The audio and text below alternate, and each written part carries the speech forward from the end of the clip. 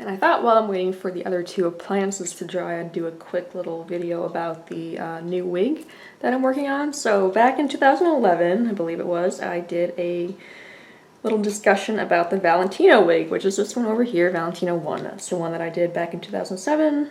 That was my first foray into wig making. And the reason why I wanted to do another wig was because I hate myself just a little bit. Actually, no, I don't, but you can see the hair cover in this one is a little bit thin because as soon as I go and I style this and I glue it down, you can see it doesn't cover everything, and so because of that I have to wear a black wig cap underneath, which is fine because I don't ever really intend on doing the whole alopecia wig, bald cap, full skull crater look for Phantom because I put a lot of work into the wig and I want to be able to show it off. But that does mean, unfortunately, like I'm somewhat limited, and I have to be very careful when I do style this one because I have gaps. No matter what I do in the front here, it's going to be gappy. So what I wanted to do is to correct that on the second wig that I have here. And this is Valentino 2, and this is the one that, again, I started, I think, back in 2007 or 2008. Never finished. Thought I was going to work on it in 2011, didn't. And now they got Phantom Con coming up. I am hoping to get it done, but unfortunately, it's taking a while, so I'm hoping once I get these videos done this weekend, I can sit down and just do this. So what, hopefully, maybe you can tell, and I'm going to try to zoom the camera in as I do this. I'm going to hit the wrong button. If you see the detail on the wig lace, and how much more hair I'm trying to put in to the second wig than what I have over here on this wig. You see there's a lot more space in between the hair, so I'm trying to not make that same mistake again. So with a full lace wig, which is what the Phantoms in the actual stage production of Andrew Lloyd Webber's Phantom of the Opera wear, it's not a wefted wig like you see some of the cheaper wigs that are out there. They usually use wefts, they use synthetic hair. These are full lace wigs, meaning the base is made entirely out of this very fine wig lace material, which is like tulle, but it's much stronger. And then everything on this wig, from the bottom of the back of the wig all the way to the front, is hand-tied a couple hairs at a time. And when you get to the front hairline up here, you do it one hair at a time, which you might be able to tell on this wig actually came out pretty well. So how do you vent? Well, first you gotta take a head cast of yourself and you put your hair up. If you have long hair like I do, you put your hair up in a wig cap like you would wear it for your actual makeup. So mine's up in a wig cap, and I had to redo my head cast this morning to correct the hairline. So I'm gonna zoom out and back this up a little bit. My excellent cameraing skills. Cameraing is a word. So your head cast looks a little bit like this. It is a saran wrap base with clear tape layered over the top, and what this does is it creates basically a plastic helmet of your head. It creates the shape of your head and the correct size, and also because it's clear, you can look at it and mark out your hairline. So that's what I did. I corrected the hairline, I cut it out, and what I'm going to do after this weekend is take this wig off, put the new head cast on it, and that way I have a more accurate hairline for myself, because this one, and this the one that I used for the first wig, was not very good. So the hairline is off on this wig, and I'm going to fix it on this one. But that's what I did. So that's kind of your first step, is taking a head cast. Then you put it on a wig block, and then you take your wig lace and you basically form a foundation, and there's usually a bunch of darts and everything. So this is a couple pieces of wig lace sewn together for the base, and then from there you just start tying the hairs on, and the hairs help also to solidify the base as well, because when you have overlapping pieces of lace, they go through both layers and they just help, again, solidify even more. So how do you vent? Well, if you're like me, you put the needle through the end of your finger a couple times before you learn not to do that anymore.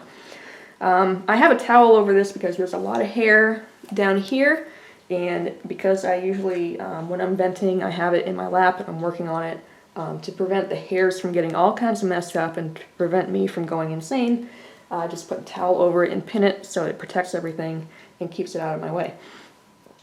But venting, basically, it's like rug hooking. That's what I've always heard when I look at venting tutorials, and I don't know how many people actually know how to rug hook. So I thought maybe I would demonstrate it a little bit. I'm just gonna zoom in so you have a better look at it. Maybe I won't.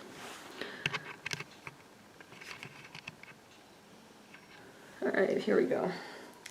So you have your hair. This is human hair that I have. It's Indian Remy hair. It's kind of middle of the road quality. Basically double it over in one hand, and with the other hand, you go through the lace. You pick up your hair, you bring it through, twist it, and then pull it through.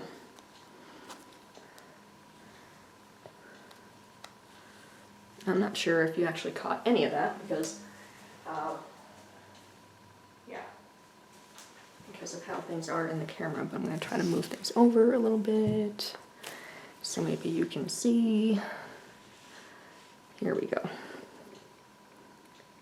So again, select a section of the lace to go through,